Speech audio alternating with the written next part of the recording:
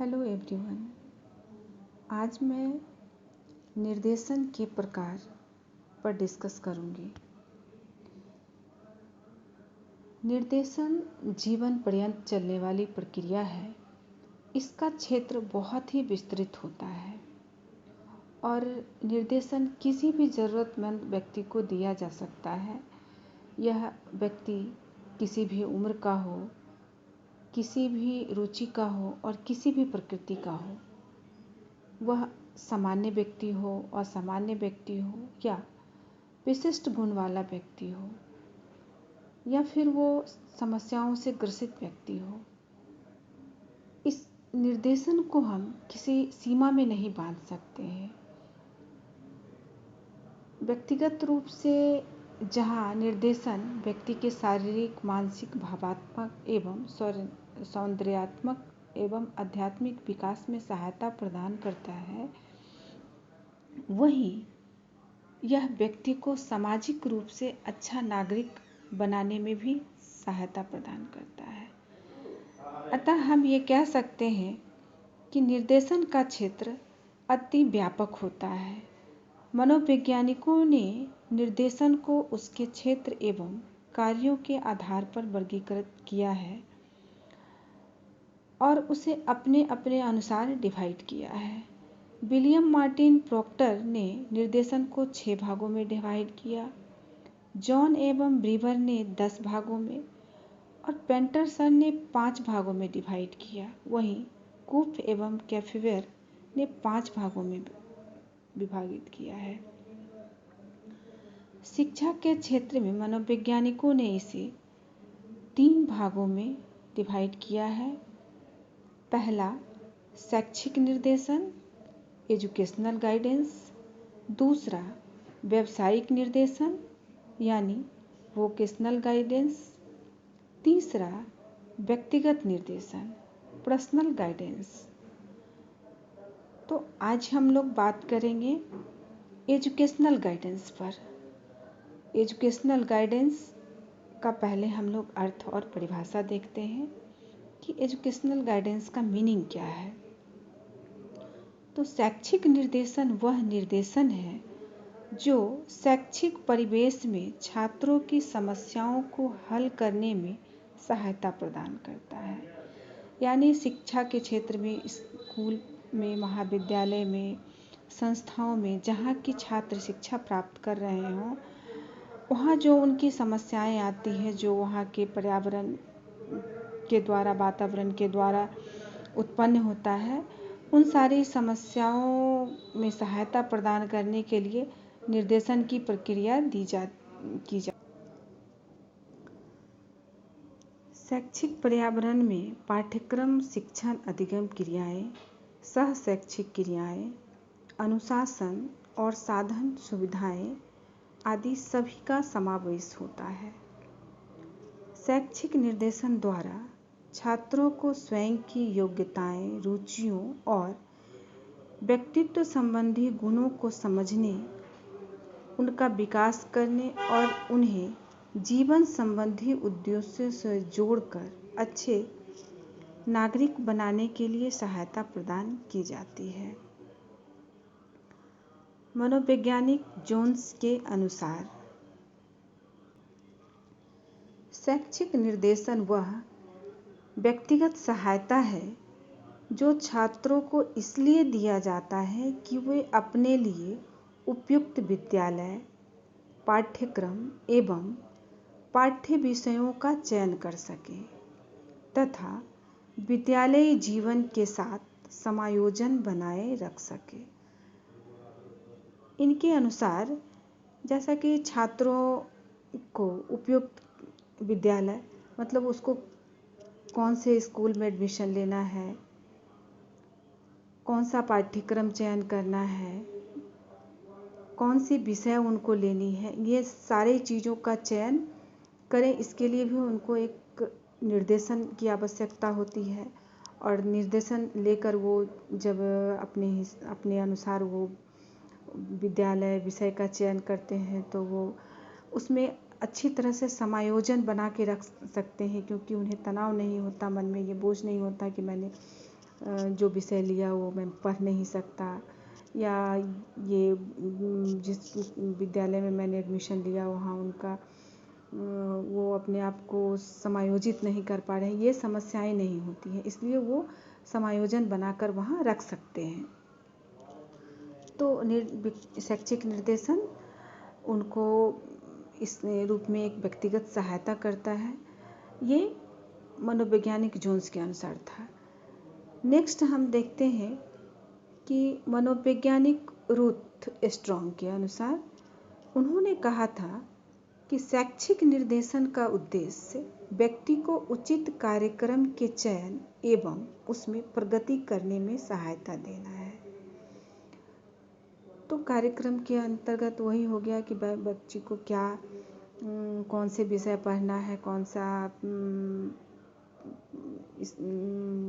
पाठ्यक्रम चयन करना है, इन सारी चीज़ों में, जिससे कि वो आगे विकास कर पाएँ, अपने लक्ष्य को प्राप्त कर पाएँ।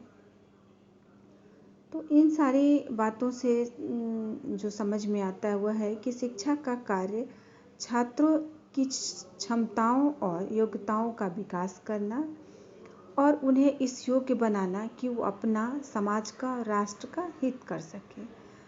अतः शैक्षिक निर्देशन इस कार्य में सहयोग प्रदान करता है। तब शैक्षिक निर्देशन को निम्नलिखित रूप में परिभाषित किया जा सकता है कि शैक्षिक निर्देशन वह प्रक्रिया है जिसके द्वारा छात्रों को उनकी स्वयं की क्षमताओं एवं योग्यताओं को समझने, उनका विकास करने और उनके द्वारा अपनी शैक्षिक समस्याओं को स्वयं हल करने में सहायता प्रदान की जाती है। तो हम लोगों ने देखा इसमें कि शैक्षिक निर्देशन वह प्रक्रिया है जिसके अंतर्गत छात्र अपनी स्वयं की क्षमताओं और योग्यताओं को समझते हैं कि उनके अंदर क्या क्षमता है और कौन सी योग्यता है जिसके अनुसार वो अपने विषय को चयन करें, जिसके अनुसार वो अपने कौशल ज्ञान को बढ़ाएं।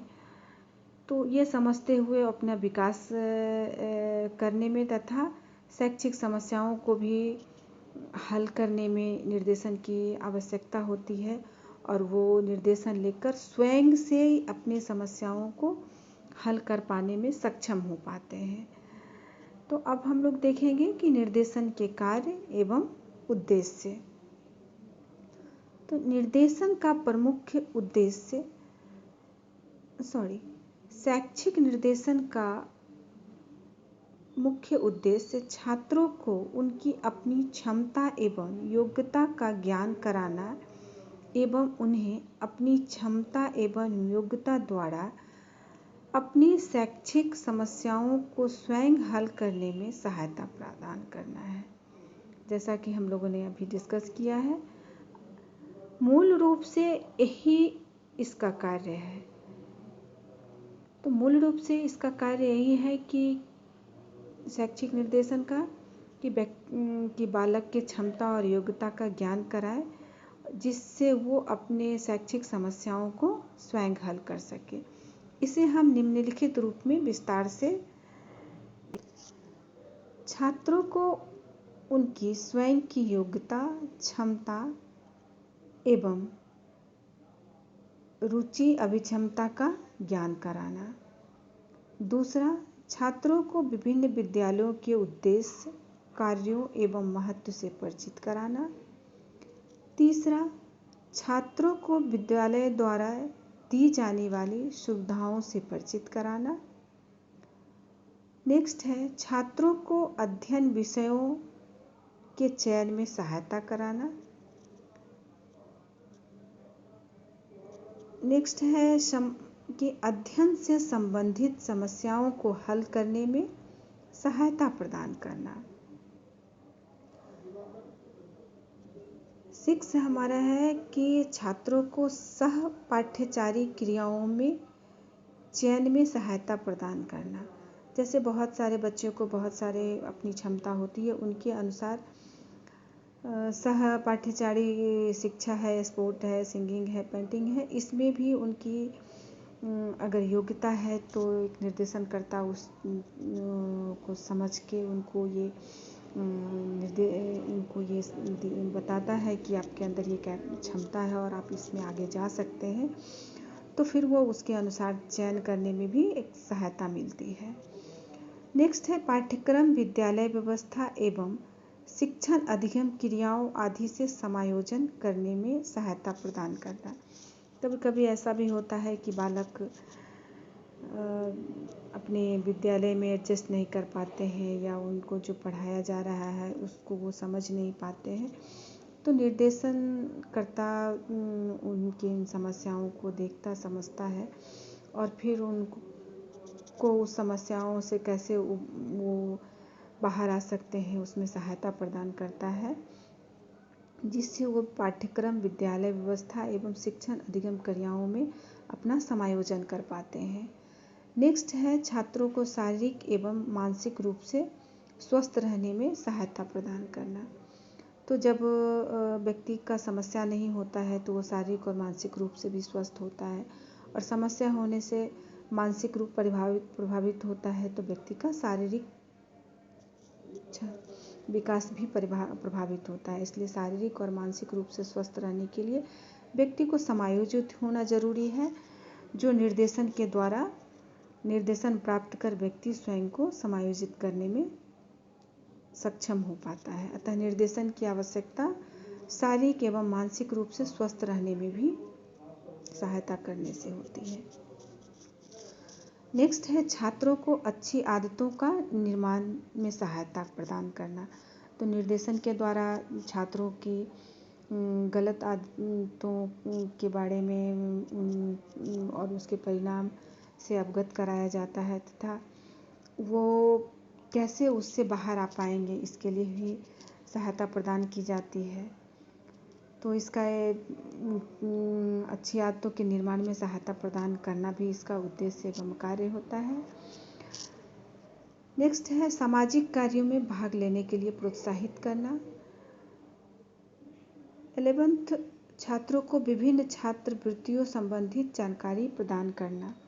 अब ऐसा है कि बहुत सारे छात्रों को सरकार की तरफ से सुविधाएं मिल रही हैं, जिनको पढ़ने में कठिनाई है, जो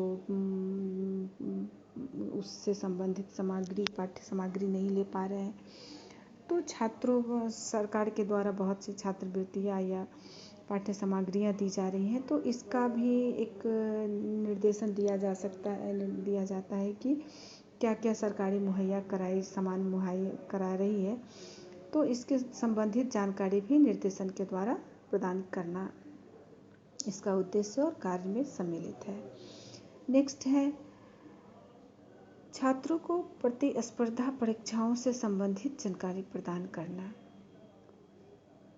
और फिर लास्ट हम देखेंगे कि छात्रों को भावी जीवन संबंधित सूचनाएं प्रदान करना।